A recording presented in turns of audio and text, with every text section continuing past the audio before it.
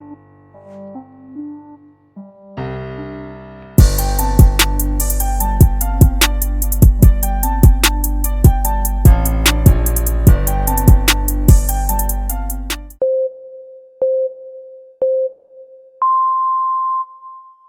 is what it ain't. Keep it real, keep it straight. It's your girl TK, and I'm back with another episode of VIBEZ Podcast.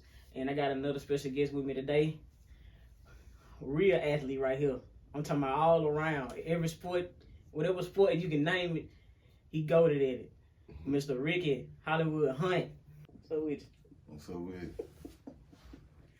How you feeling, man? You good? Yeah, I feel really good. I thought you said you were gonna be nervous. You looking nervous to me, man. I ain't nervous. I'm just happy to be here. I'm glad you invite me here. You know, it's just an opportunity. I'm here to support what you got going. Nah, I ain't nervous. I'm far from nervous. I'm ready. Yeah, I'm ready to tell my story. Really. Let's get straight into it then. I've been knowing you for a while, and I've been watching you, like I said, be a great athlete, man. When I tell you, like, on both sides of the ball, crazy. From basketball, track, football, all that. And I just want to know, like, when did you realize, like, you was a multi-sport star, like, when you could play any sport you wanted to play? Ooh, when I was like 8 years old. That early. That's crazy. My dad didn't never want me to play with the older guys when I was young, so I used to always try to do stuff like with the older guys when I was young. So I used to go to the court, playground, and I always used to do stuff with the older guys. And my mom and dad was like, don't be out there playing with the older kids because I get hurt. Yeah. So I used to ignore that and still used to do my thing. Still used to do my thing. But that's the way to get better though when you playing against like bigger and faster competition. At a younger age, that'll make you better, and it explains a lot to how you were so much better. Like, to me, I didn't see a lot of people doing what you were doing, and with my eyes, it might have been, but I don't know. Like, you were so good, you were goddamn score a 30-yard touchdown pass, right? Then turn around on defense and return a pick six, like back to back. That's how good Ricky was. Now, then turn around, ride to that basketball season. Who? Yo. Now, I always ask these questions to like the multi-sport player. Which sport you think it takes more skill to play? Basketball or football? I say football. Say football? Yeah. Football. See, I know for sure that football is more tougher, especially with all the contact that's been going on. But me, I would have thought that basketball would take more skill. That's what I would thought. But I don't know. I can't say because I ain't play football. I say basketball is like you gotta be in more condition. Yeah. But basketball, you just go out there and run and play basketball. And just call a few plays. Football, you gotta real deal have all 11 players on the same page and everybody doing their job in assignment. Basketball ain't number 5 players on the court. So that probably what it is. Yeah, more people. So you gotta coach and do a lot of stuff. Then you got all type of different positions out there. You got quarterback, running back, fullback, offensive lineman, receiver. Like with basketball, the position is like limited. It's like you might have a point guard that can play the center. You know what I'm saying? Yeah, I feel you. Mm-hmm. I see. I got another look at it now, the way you explained it. You know what I'm saying? Because back then, about last year, you couldn't tell me football was harder than basketball. I used to love basketball because, like, as long as you in shape, like, just running up and down the court, you straight. Straight, yeah. You know what I'm saying? Like, you straight. That's normally what it would be. Like, if you could outrun the other team, mostly you would win. Because they'll be more tired. So it would always be important to, you know what I'm saying, have that good cardio. So I want to ask you this, right? I remember when I was in school, how many different coaches did you have in high school with basketball? 3 or 2? I think 3. 3? Yeah. With Coach Jackson? Was it Coach Jackson? Coach Jackson won on. Coach Board. And Coach Yance. Yo. Out of 3 of them, which one of them was your favorite coach? Man, I'm gonna be honest. I ain't really just never had no favorite coach. You never had no favorite coach? I was always like a respectful player to every coach I would ever coach back. You know what I'm saying? So I mean, that don't mean you were disrespectful. You know what I'm saying? It probably just like with certain coaches, probably one of them probably brought something else out of you. You know what I'm saying? Man, I say Coach Jackson then. And Coach Bull. Well, really, them two tippy tech, cause both of them were pushing me in basketball. Like they knew the potential I had. So that's why I really can't say I got a favorite coach because both of them knew what I had in me, you know, on that court. So I respect both of them. So, you know, I can't say no, I got a favorite basketball coach. You know, even though Coach Yance even cool, so I can't say that because I enjoy playing with all of them. We had a winning season with all of them. We just didn't win. I ain't gonna lie, Coach Yance was tough on me. He was tough on me. He was tough on me, man. But you know what I'm saying? When you young, you don't think about it like that. You think about it like, dang man, why you always saying something to me? Like why you always pushing me this hard? But he told me if I ain't saying nothing to you, I don't like you. Yeah. It's every coach favorite line right there. And that's true though. Like if they not saying nothing to you, bro, it's basically you're just out there. You out there. So you know, the last episode I had Vontae on there, who also was a product of Nopanola High School, right? And then we got KJ, we got JJ coming out of there. You know what I'm saying? We had a lot of good talent come from Nopanola. And was you graduate like in 2010? 2011. Yeah. So if it was any other player or players that you could have played with in high school that you think you could have won a state championship with, which player would have been? Most definitely KJ. KJ? Yes, most definitely KJ. Oh, y'all without a doubt. Would have went there. Without a doubt. Most definitely. I can see KJ. That. You know, you would receive him at quarterback? Oh, man. Oh, Lord. Sometimes I be looking at that too, like dang. What if I was born a little later? Yeah, I could have played with this person. I wish my mama was, you know. I could have played with this person. Yeah. And so, out of high school, you went to Northwest. Yeah. And then East Central, and then you went to Delta State University. Yeah. How was it like transferring from all three different schools? Like, to be honest, like, the story behind it, like, when I was at Northwest, I just made a mistake. Yeah. You know what I'm saying? Like, everything was in my hand. I just hit a bump. So when I hit that bump caused me to had to move here. Well, I really thought my football career was over with after Northwest when I had hit that bump. So every day I'm just sitting at home like, man, I don't want to get another chance to play football again. Like, I just got kicked out of school for doing some dumb stuff. Yeah. I didn't know that. I'm just not finding it out. Like, I didn't know that. I didn't even know it. Yeah. Like, it was one of them nights, I'm going to tell you, it was the last day of spring football practice at Northwest. Yeah. The last day of practice, like, I was the only starting receiver coming back. Like, I was shooting commercials and everything at Northwest. It's just... After that last day of practice, we decided to have a little, kick back, turn up. So the turn up didn't go right.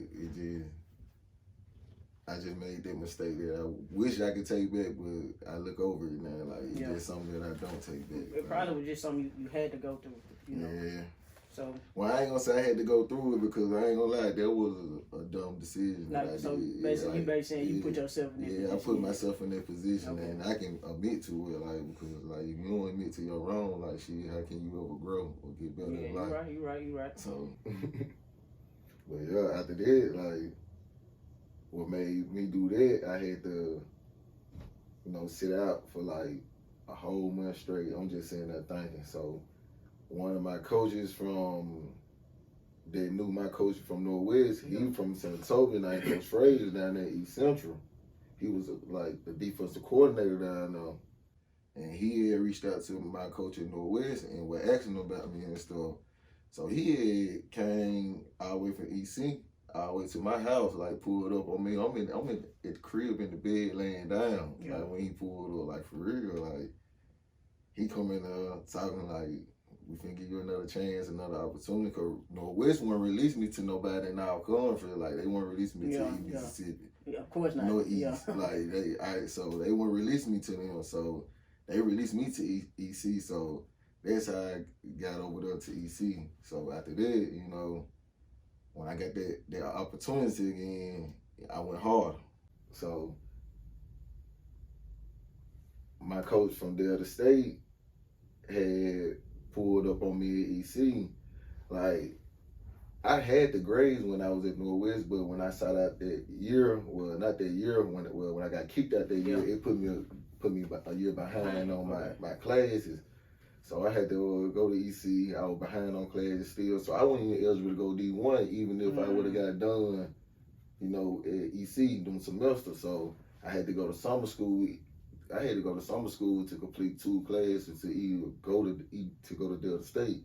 It was an algebra and an English class. So I really went through a lot just to get to that point at Delta State. But you kept going though. Yeah, like I knew like I could have all the clubs. Like I like when I was going to summer school, like I started clubbing. Like I knew this something that I wanted to do. Like I want to play football. Like then I was really loving the game. Like and people was loving to see me play that game. So I wasn't just doing it for me. So I was doing it for me, plus my little ones at the time. I had a baby at a young age. Yeah. Matter of fact, I had my baby on a Friday night of a football game. We played against Rosefoot. Like for real, on a Friday night. It's crazy. I missed that whole day of school, but they was telling me like I had to come for like 3 hours to play that night. So I come to school by like 5th period just to play that game that night. And that night I scored the first touchdown for my little girl. It's crazy. It's crazy. I like this story, man. And I feel like you got a lot of interesting stories that come with your story that's still continuing. Like when you was in Delta State, was you in a car accident? Or was it before? No. See, I was in that car accident when I was playing arena football. Oh, okay, arena league. Yeah, when I was at Delta State, that's when my life really changed a little bit more because I made All-American over there. I won my first college football ring in God knows in 12, 13 years, you know, when you trying to win in high school, trying to win a championship and trying to win on a JUCO level. So I waited to my senior year, you know, to win my first ring. So how did that feel? How did it feel? Waiting that long? That was a big change for me. Like I actually cried that night. I didn't even go out and party that night afterwards, bro. I really did sat down in the apartment and just was sitting here and thinking like I got my first ring now. Out of all the years, you know, working out 3 times a day, like I actually like finally got something that I work for. Yeah. So man, I know that was a good feeling. Like when you got that feeling, like was that what pushed you to like to continue? Like most people would have got satisfied with that ring and would have just been like, oh, I'm good. But you kept pushing. Like you went to Arena Football League. So how did that go? How did the transition happen from Delta State to you going to the Arena League? I mean, Arena wasn't even my first option. I was trying to get to I know. I was trying to get to that big stage, and like I just felt like I accepted all the opportunity that was, you know, thrown my way, but some of the opportunities weren't thrown my way the right way. You feel me? Like I felt like I could have did a lot of things a different way, but you know, life is life. Hey. You gotta accept the good with the bad. You know what I'm saying? So like, if people trying to help you, you know, just accept that help at that time, and you know, and see where it take you. At least they trying. You know what I'm saying? Some people out here won't even try and help other people. Like when I'm gonna say, for example, like when I was going through school, college, and arena football, you know how I was going back to my school, helping the kids. Like I knew that's something that I didn't have to do, but I wanted to do it because I knew that was my job, and that's what something God was putting on my chest to do when I was playing college football, to go back and help the younger generation so they can have a head start, because nobody didn't give me a head start. You feel me? And I seen you when you do those camps, and when you like trying to get the guys to come to the football and play 7-on-7 and stuff like that. I see you doing that. And to me, they just put more positivity out in the community. And Lord knows we need that. Like, because there's so much violence going on. And I just really like to see when people like put that positive energy back into the neighborhood. And I know you doing music now. So how did happen? And like, is that something you always want to do, or you just woke up one day like I want to rap, I want to make music? I ain't gonna lie. I always wanted to try to do music, but I really took it serious when my cousin passed. Like when because that was something that he wanted to do. Okay. So after I got done, we gonna go back to the arena football conversation. You know how that started. Yeah, okay. But how that rapping situation started, like, you know, when he passed, like, and when I had that car accident, like, I mean, like, well, I can't play football no more, so I gotta change my rap. So I decided to do music just because of him. Yeah. And I feel like it's something that I'm good at, you know, it's just I gotta treat it like football. I gotta keep doing it repeatedly, until one day they gonna feel me. That's how I feel when I'm doing anything. That's just like with football. People didn't know I was gonna be Ricky Hollywood Hunt. I had to work to be that person. That didn't come waking up that morning and I went out there and scored 4-5 touchdowns like that. You know, like you gotta put in the work until they feel who you are. You know what I'm saying? Like when it comes to a point when you don't gotta introduce yourself no more, like, and people just walk up to you and be like, "You that person, you that person." I had the moments. That's when you know you working. You feel me? It's like with the music now. Like, I know I ain't been doing music long, but I have certain people out here be coming to me be like, "Bro, you keep going." I was in the store one day and a female looked at me and said, "You the one just did a video?" I told her no. You know what I'm saying? Like, wow. I'm gonna keep putting in work until you see me again, and you know, see me again. Like every time you see me, I want to be different. Like, I don't want to be the same person. Like that's why I really just don't be on social media like that. Like I really I be high. I call it high. Well, I'm glad you came out and came up here with me, man. I'm glad you did that. And right now, I want to go into a segment what I call Tricky Quick Picks with TK, right? It's when I name some players and you pick out the 2 players that I give you. All right. Think you do that? You ready? All right. D-Rose or John Morant? D-Rose. Prime D-Rose, any day. MVP D-Rose, any day. Okay. Giannis or AD? I'm gonna go Greek. Greek, okay. AD bad, kind of. I mean, but Greek been putting on, you know, Greek is Greek right now. I ain't arguing with you. Jokic or Embiid? That's a 2-way tie. But all around, Jokic. Jokic? Wow, okay. You know, scoring points and be. That's how I look here. Luka or Devin Booker? Luka. Dang, you said that. You said that. Luka, like Devin Booker a baller too, but he still got more to show me. Luka done showed me he did. You know what I'm saying? Steph or Clay? Then I ain't even know. I mean, the Steph. some people, Clay a better shooter.